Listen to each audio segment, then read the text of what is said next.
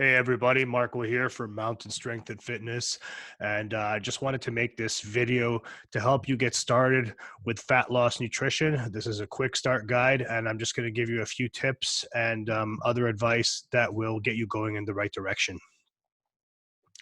So the first thing when it comes to fat loss, guys, is the concept of the big rocks, focusing on what's important.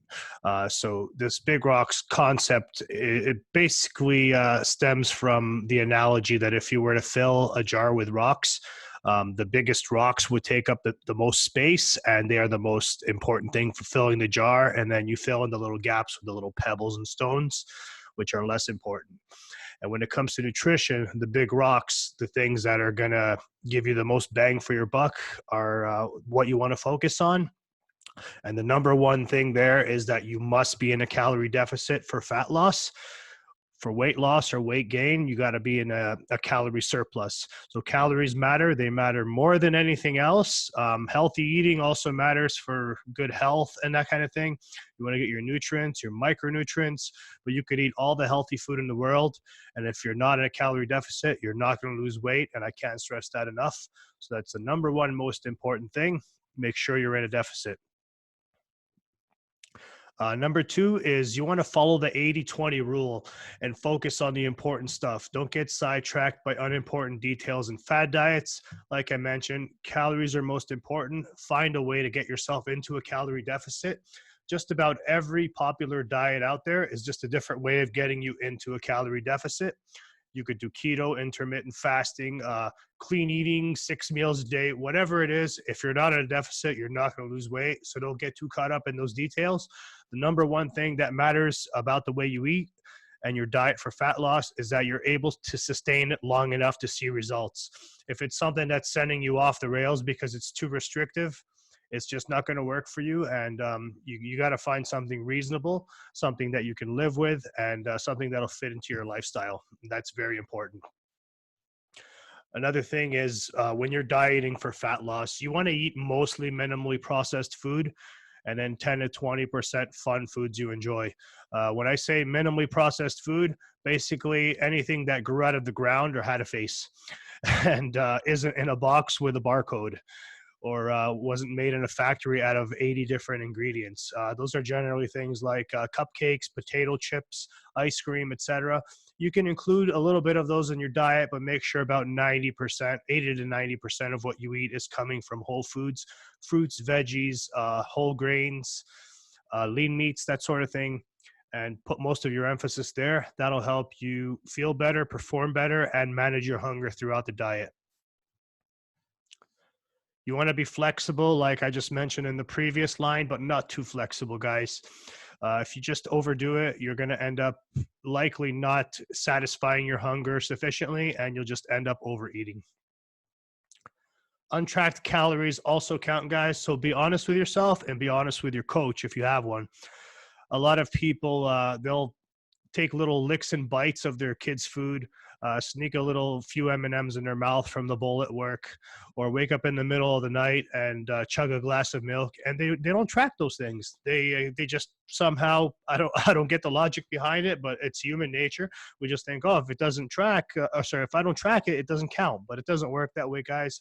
You have to track everything, or at least account for it. Be honest with yourself. If you're kind of stuck on a plateau, take a look at all those little things and account for them. Another big one is alcohol. A lot of people stubbornly try to go out drinking every other night while dieting for fat loss. That's just a recipe for failure, guys. Alcohol really inhibits your it basically inhibits you, and it causes you to get really hungry, to crave really fatty, tasty, salty, fried foods, that sort of thing. And another thing is that alcohol is treated like a poison by your body, which means your body prioritizes getting that alcohol, filtering it out of your system before it prioritizes burning fat or any of the food you eat, burning those calories. So while the alcohol is still in your system, you are much more likely to store fat. When you couple that with the higher tendency to eat fast foods after a night of drinking and that sort of thing, it's just a perfect storm for fat gain.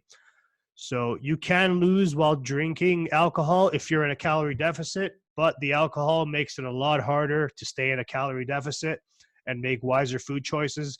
Plus, too much alcohol in your diet will end up displacing a lot of the nutritious food that you should be eating as well. You want to minimize or eliminate liquid calories. That's another big one for people, another trouble area where they're drinking like, a 500 milliliter Coca-Cola or even a liter every day. And like, guys, the amount of calories in that does absolutely nothing for your hunger. Those are the most expendable things at the start of a diet. If you have those sort of habits, just changing that at the beginning could easily cause you to lose 1 or 2 pounds right away off the bat, just from switching to either diet soda, which despite what everybody, well, not everybody, but certain individuals online who are not very qualified at any of this stuff, preach. They are not harmful for you, and especially in small, moderate amounts. Just be sensible. If you want to have one here and there, that's fine. If you don't want to have one, that's also fine. Drink some water.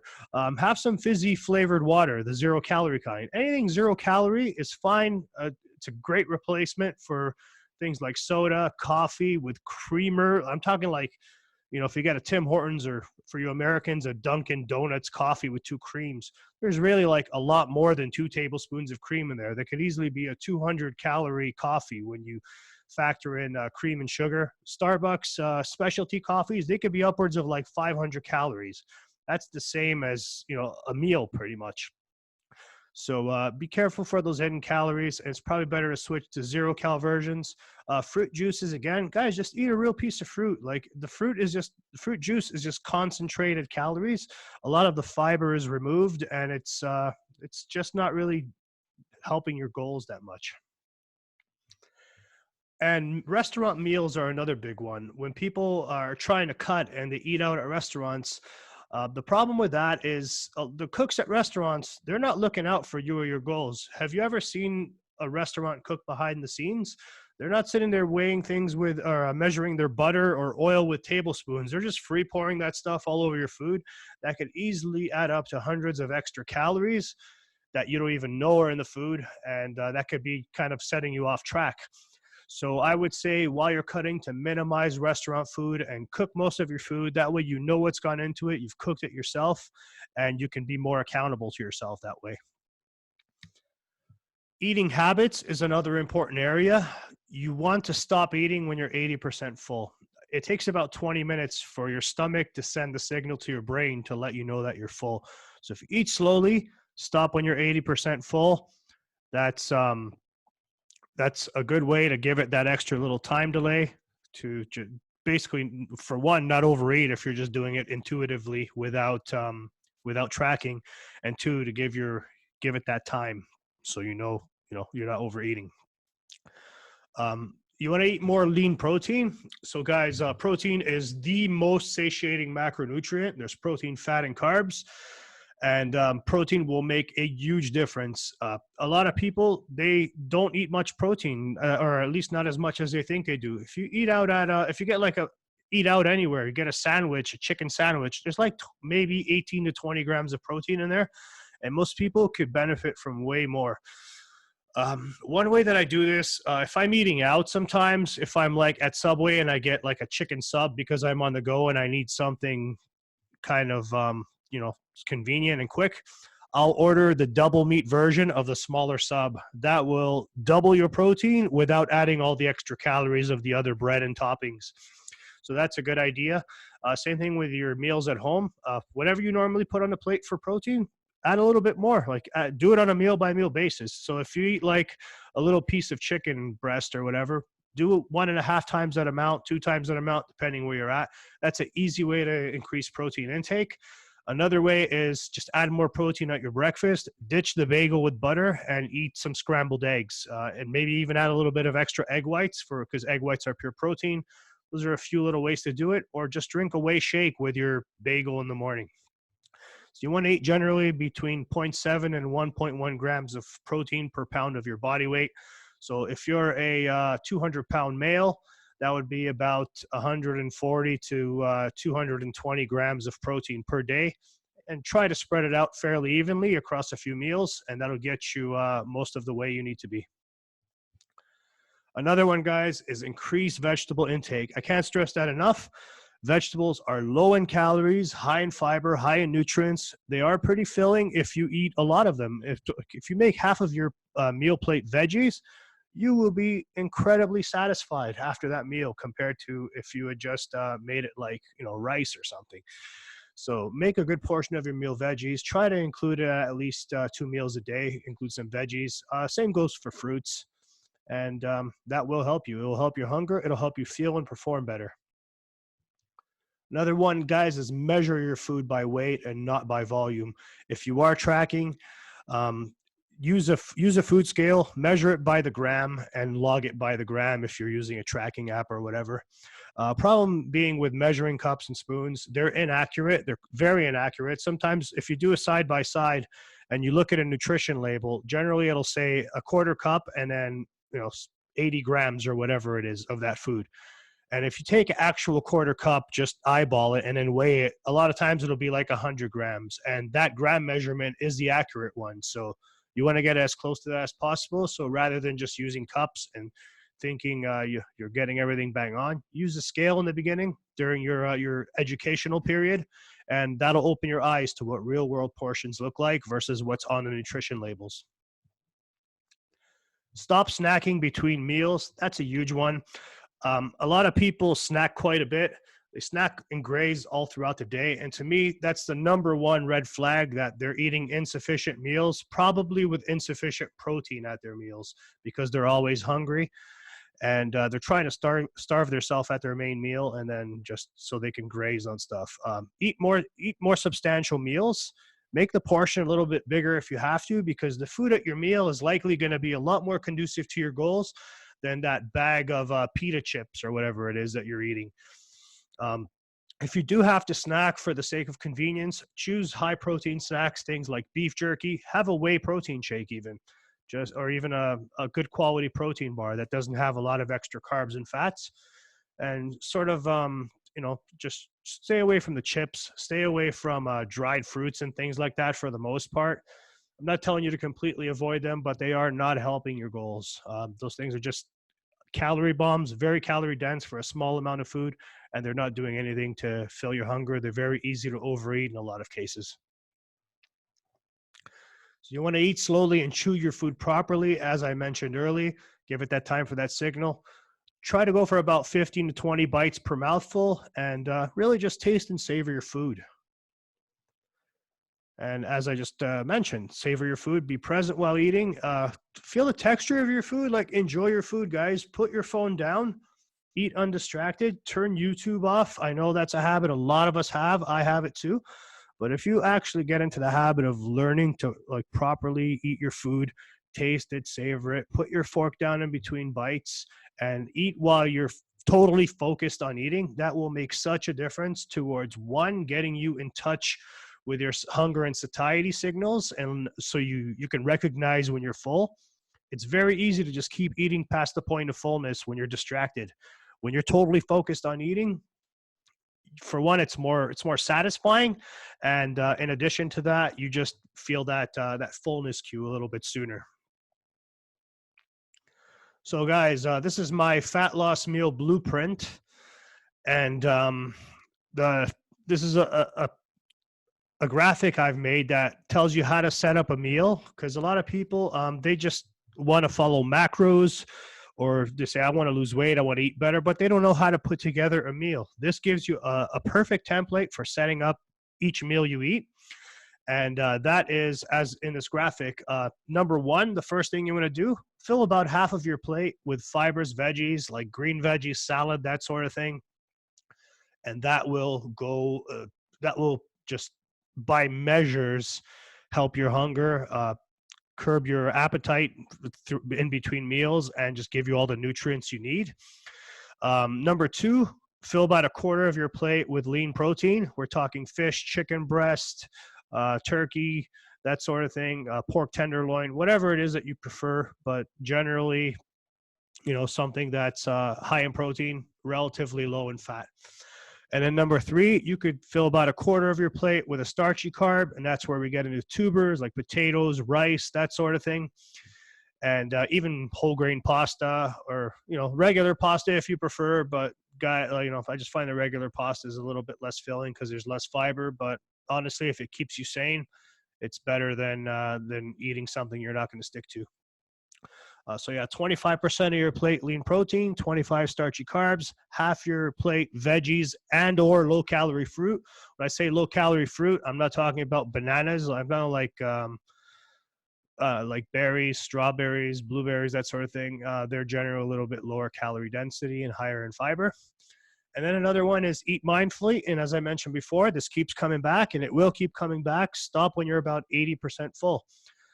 Just by following these guidelines, if you eat mostly minimally processed food, not a lot of junk, and setting up your plate this way, most people can set themselves up just for fat loss without even having to track very closely.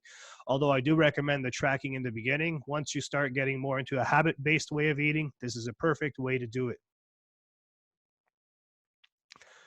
Another big one, guys, is always plan ahead. Do not slack on that. Set aside a few hours for a multi-meal prep each week and keep it simple and make food you enjoy eating. This is where something like a crock pot or an instant pot comes in super handy because you can make these big bulk meals all at once. And I've made another video showing you how you can track these things if you are a tracker and then split it down on a meal by meal basis very easily by weighing it by the gram. That'll be in my channel under another video. And yeah, I highly recommend it, guys. Being prepared is huge. When your willpower is down and you already have that meal made, you're more likely to eat it if it's already there than if you have to go out to a restaurant and say, okay, I got to make a healthy decision now. You're going to see the burger and fries on the menu and just go for that. Google is your best friend for healthy recipes, guys, but beware of calorie bombs that are disguised as healthy. There are a lot of blogs and things like that have recipes labeled healthy, but they're filled with fat or a lot of sugar, just a lot of calories in, like a healthier version of cake or something that has a small substitute, which doesn't really make that much of a difference. And then take a few minutes every evening to plan and log your meals for the following day, guys. Don't just wing it. Failing to prepare is preparing to fail. That means pulling up your tracker and saying, okay, what can I put in here? What can I put in there? You'll find that a lot of the times you'll end up eating pretty much the same things most days, same breakfast and lunch, and rotating your dinner. And it's once it's in there from one meal, you could just copy paste it. It takes literally like 2-3 minutes each day to do this. I don't want to hear that you don't have time, guys. If you have time to be on Instagram and Facebook for an hour a day, you have time for this. Just make it a priority, get in there, and plan ahead. You could use push notifications on your phone to remind you when it's time for another meal prep. That's another one. You have these smartphones, these distraction machines. They're great for entertainment, great for keeping in touch. You know what else they're great for? Sticking with your goals. Put a reminder there for yourself. You could set a time when you say, okay, I know I'm going to be off work at 6 o'clock, and by then I may have forgotten. I'm going to be at home, and if I put this little reminder here to go off at 6 o'clock, that'll tell me that it's time to make my dinner and get that done. So I ensure that I do it, and I'm staying on track with my plan. So yeah, guys, please use those. And if you have a tendency to get really hungry and overeat at night, try adding more food to your earlier meals. This goes back in line with what I said about snacking. It generally means you're just trying to be too aggressive during the day, and all that willpower you're using during the day tends to wane by night, and that's when people just completely lose their shit and go crazy on junk food, or go for the big bag of chips, or they're in the supermarket and they buy the ice cream. So try to keep your hunger sort of spread out throughout the day. Don't make it this big event at night where you're going to go home and unwind and eat all the junk. You want to shop with a grocery list, guys, and you want to stick to that list.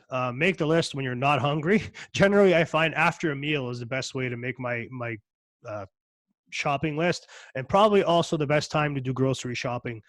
And you want to shop the perimeter of the supermarket. So that's the outside area, generally where the lean meats are, where the seafood, dairy, veggies, and fruit are. In the middle, you're going to find all the chips and crackers and peanut butters and cereals and that sort of thing. You want to minimize your shopping there. Most of the stuff that's going to help you lose fat is going to be in the outside perimeter. And as I mentioned before, avoid when you're hungry, eat before you go. Always, guys, have a backup, healthy, high protein snack for when your day doesn't go according to plan. Um, it's like Mike Tyson said, everybody has a plan until they get punched in the face. And, getting punched in the face are things like getting told you got to stay at work an extra 2 hours, running into a huge traffic jam on your way home when you're already hungry and looking forward to dinner, that sort of thing. So, things you can keep on hand. A protein shake is an easy one. You can have beef jerky. It's a high protein snack, a protein bar, like I mentioned, like a fairly low calorie, high protein, quality protein bar, like a Quest bar or something. Those are a few things that I like to keep around just in my backpack or whatever for when I need it. Always have a plan B or if then implementation intention. So that means having things like, okay, if I get stuck having to go out to dinner with my coworkers or to lunch with my coworkers, I'm going to order a salad with the dressing on the side and a grilled chicken, a piece of grilled chicken with it or whatever. And this is going to be my plan. I'm going to stick to it. It's like having that intention ahead of time, again, saves you from the last minute decision making, and it saves you from just giving in to weak willpower at the times when it is going to be weak. Don't be afraid to deviate from the menu when eating out. This goes with my last one. A lot of restaurants will do things for you that are not on their menu. So ask for substitutions where needed. If all you see is fries and you want a salad, you could ask for that. You could ask to have your salad dressing on the side so they're not pouring a quarter cup of high fat salad or high calorie salad dressing all over your salad. That way you can control the portion. Make sure you're just getting a little bit on there, just as much as you need, and that sort of thing. Do not be afraid. Most places are super flexible. You just got to ask. And then preview the restaurant menu ahead of time and plan what you're going to order. This is when if you're going out on a date or whatever. Don't rely on willpower alone. Have a look, see what's there. Say, okay, these are my options. What aligns best with my goals right now? Since I have to go out today, at least I'm going to do the best to stay on track. And pick some healthier options. So when you go in, you already have that plan, and you're not just kind of at the point where you're left to make the last minute decision, which is likely not going to be one that's going to help you. Another thing, guys, is you want to control your environment or let it control you. So set yourself up for success by removing trigger foods from your house, things that tempt you. If you're the kind of person who completely loses their shit around ice cream or potato chips, guess what? Don't keep them in the house. I'm not saying don't ever eat them again. Just don't buy them with your groceries. If you decide that you really want it, go to the corner store, buy a small container of ice cream or whatever, like a single serving size, and eat that. That way you're portion controlled. You're not going to dive into a bigger tub and eat the whole thing. And it's just better for staying on track with your goals. If the above isn't possible because you have family members, a spouse, that kind of thing, then just keep those things out of sight and out of mind. Talk to your other household members. Say, listen, guys, I'm working on this goal right now. This means a lot to me. And if you're going to have this stuff in the house, can we just maybe find a place to put it where it's just not going to tempt me all the time? So if it's an ice cream, put it in a deep freezer in the basement or in the bottom of the deep freezer. If it's chips or chocolates or something or cookies, put it in a high cupboard, way out of sight and out of mind. Don't leave it there in front of the pantry or in the kitchen counter, just staring at you every time you walk by it, because that's going to tempt you. And enough of that temptation, that sort of mental stimulus is going to make you say, fuck it, and just eat it one time.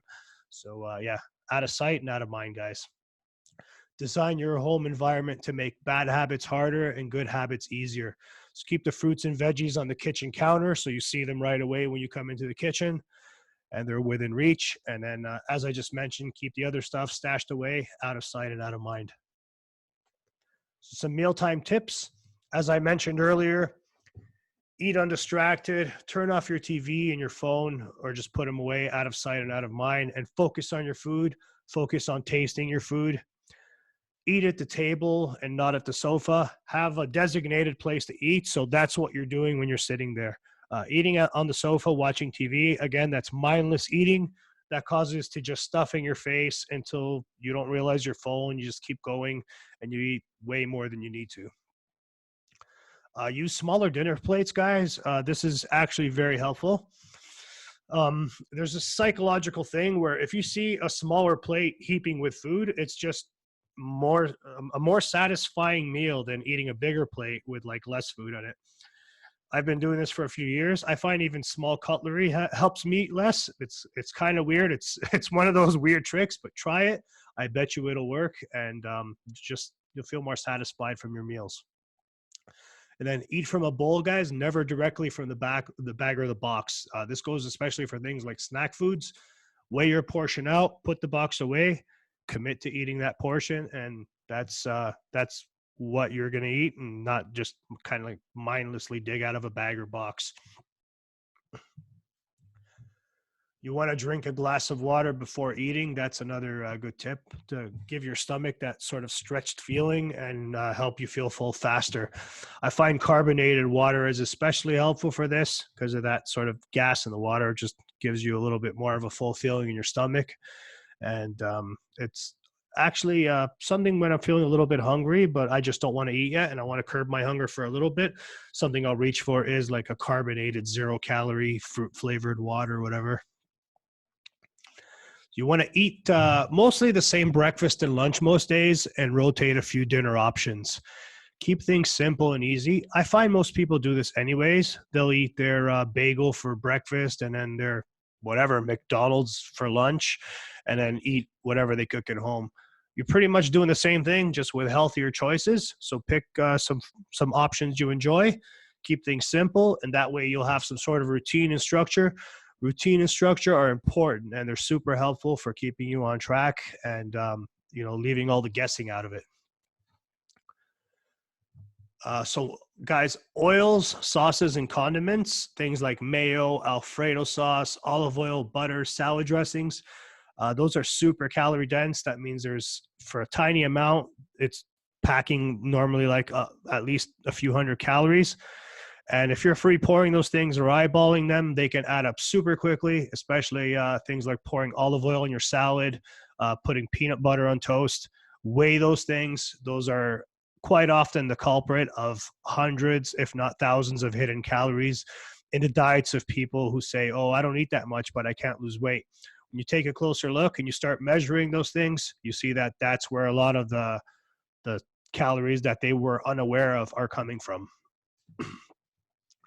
So some important points: you want to be patient and consistent. Results do take time. We do see a lot of promises for 4-week transformations and that kind of thing. I'll tell you right now, there's a lot of marketing bullshit in the diet and fitness industry, and people just keep falling for it, and that's why they keep putting it out there. So please, guys, be honest with yourself. Results do take time. Be patient and consistent. You didn't end up overweight within 4 weeks, and you're not going to end up back to a healthier weight within 4 weeks. Things take time. The human body works at the pace it's going to work at, and you can't force that. Think of it more as a lifestyle change than a quick fix. Have realistic weight loss goals. So I would say between 0.5% and 1% of your total body weight per week. For most people, that's 1 to 2 pounds. Generally, in the first week of a calorie deficit, you will see a bigger weight loss. You'll see, in many cases, 3 to 5 pounds, sometimes even a bit more in bigger people. And what that is, it's generally because you're losing a lot of water, you're losing a lot of the carbohydrates that are stored in your muscles, glycogen, and just less food in your gut and your digestive system. That can cause a really rapid initial weight loss. But generally after about the first week, that levels off and it slows down. A lot of people say, oh, I lost 7 pounds last week and now I plateaued and I'm only losing 1. That's not a plateau. That's perfectly normal, and that's a good rate. 1 to 2 pounds a week. So for 8-pound weight loss, you're generally looking for at 4 to 8 weeks. And that's completely realistic. Forget what the marketer on YouTube told you. Use a combination of the scale, progress photos, and your body measurements to track your progress. The scale, for the reasons I mentioned before, body water weight, how much food is in your gut, how much poop is in your gut, that sort of thing. It goes up and down, and it's, scales and weight change don't necessarily mean, changes in scale weight don't mean necessarily that you gained or lost fat. There are other factors at play, and don't put all the weight on your single scale measurements. What I like doing is weighing either daily or 2 to 3 times a week, and then keeping a weekly average of those weights and comparing each week's average to the previous week. That's a little bit of a better way of doing it than just looking at your scale once every week and taking that weight at face value, because you could just measure yourself or weigh yourself on one of the higher days and not realize that that's not really indicative of where you're at. The daily average kind of kills all that noise and gives you sort of like a trend line that you can look at, and that's a little bit of a better way to keep track. Progress photos are also huge. A lot of times they'll show you the differences that the scale doesn't, especially in people who are building muscle and losing fat at the same time. I've seen especially photos of women where they ended up 10 pounds heavier than their starting weight, but when you look at their side by side photos, the 10 pounds heavier looks like ridiculously better. They just have that toned athletic look because they built some muscle and lost some fat in the process. And muscle is more dense than fat, so that means it takes up more weight for less space. So that's why the scale is not 100% reliable, especially if you're weight training and working out and that sort of thing. Also, body measurements are another one. You could take waist measurements. I like taking a combination of those three things. So slip ups are bound to happen, guys. That's an important point. Be kind to yourself when you do slip up. Reflect on what you can learn from the slip up instead of beating yourself up with negative self-talk, calling yourself a failure, saying, oh, I'm just useless at this and I'm not cut out for this. Instead of framing it that way, frame it as like, okay, I just slipped up. How can I prevent myself from slipping up next time? What proactive steps can I take? Think from a proactive way, not like a negative, just beating yourself up point of view. And keep trying. That's the number one thing. Keep trying, keep making little adjustments, do your best, and consistency over time is what's going to win the battle for you. You're not going to get it right the first time. Most likely, most people don't. Just don't give up. Keep adjusting, keep making little pivots where you need to, and you will get there eventually. Lose the black and white mentality surrounding food. Don't think good foods, bad foods. Oh, I was bad today, or I was good at this meal, bad at that meal. And lose the all or nothing. When you say I'm going to eat, I'm not going to eat any junk food. I'm only going to eat good, clean foods. Generally, all or nothing almost always ends up being nothing, because the minute you go off plan, which is almost inevitable, we're all humans. A lot of people just with that black and white mentality say, oh, fuck it, I went off plan. I call it fuck it mode. They just, because one little slip up, they let that snowball into just a whole day or a whole week written off. And I like the analogy of your car. Like if you had a flat tire in your car, you fix that flat tire and you keep going. You don't say, oh man, I got like one flat tire, I'm going to take a fucking knife and stab all my other tires and then drive the car into a wall because screw it. That's sort of the mentality that people get into with diets, and it is kind of silly.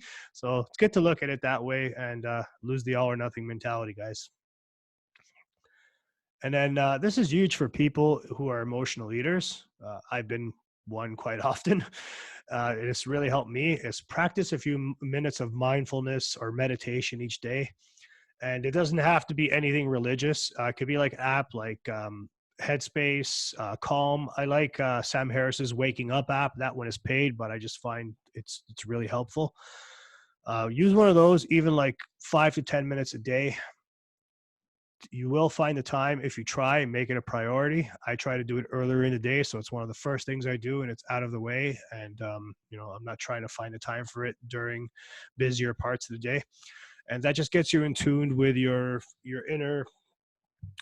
I don't know how to put this in a way that doesn't sound a little bit woo woo, but it just gives you a little bit more of that inner wisdom, gets you in tune with your body, where you can start to recognize your emotions and observe them from a detached point of view, not getting all caught up in the story that's in your head. And sometimes doing that, just taking a step back and just watching your thoughts lets them dissipate away, and you don't get carried away into your thoughts. And a lot of people, when they get into these stressful situations where they just start like playing out the story in their head, a lot of them medicate by going and eating to sort of numb that. And learning to just watch it and stay with it, you'll notice that eventually it goes away. And that's super helpful. Give it a try. It will benefit you in many other areas of your life. It's one of the best life habits I've picked up in the last few years. I highly recommend it. Another thing about with the meditation is a lot of people say, oh, it's really hard. I can't meditate. My mind wanders off. Guys, that's the point. Think of it like weight training. Weight training is hard, but the more of it you do, the better you get and the more your body adapts. Same with meditation. Your concentration is going to be terrible at first. You're going to be wandering off, thinking on tangents the whole time. Part of it is recognizing that and then bringing yourself back to the whatever the object of focus is. And the more you do that, the better your focus gets. It's like you're sharpening the sword. Look at it that way. Don't look at it as, again, like an all or nothing thing that you have to be good or bad at. So the summary, guys, these are just the important points. Number one, you want to be in a calorie deficit, eat minimally processed foods, and use the fat loss meal blueprint that I showed you earlier, and follow the 80-20 rule. Focus on what's important. Don't get caught up on stupid little details. Don't get caught up on biohackers on Joe Rogan giving you that tip that's going to maybe make a 0.5% difference. Calories, proteins, fats, carbs, whole foods, manage your hunger, and be fairly active. Plan ahead, establish meal and food prep routines and habits. Don't leave much to chance, and that will help you stay on track. Practice slow and undistracted eating and stop when you're 80% full. Super important. A lot of people overlook this, and this will make a game-changing difference if you stick to it. Control your environment or else it will control you. Guys, please, this one is important. Be patient, focus on the daily process instead of the final outcome. Take it on a day-by-day basis. Don't say, I need to lose that 10 pounds. I'm never going to get there. Say, okay, what do I need to do today? I need to have my meals prep, bring my food to work for lunch. After lunch, I'm scheduling my workout. Be very process-driven. A lot of people completely ignore the process. They just look ahead to the goal. That's why they never get anywhere.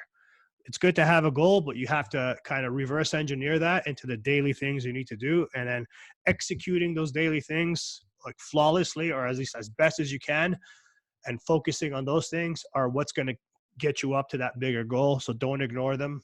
Pay attention there. And I try not to over focus on the end result, because it's all in the journey, guys. It's not in the destination. Well, that's it. That concludes my Fat Loss Quick Start Guide, and I hope you guys enjoyed it. Thank you for watching. This has been Marco from Mountain Strength and Fitness, and below here you have my Instagram and Facebook places to find me. Hit me up and let me know what you thought of this. Have a good day, guys.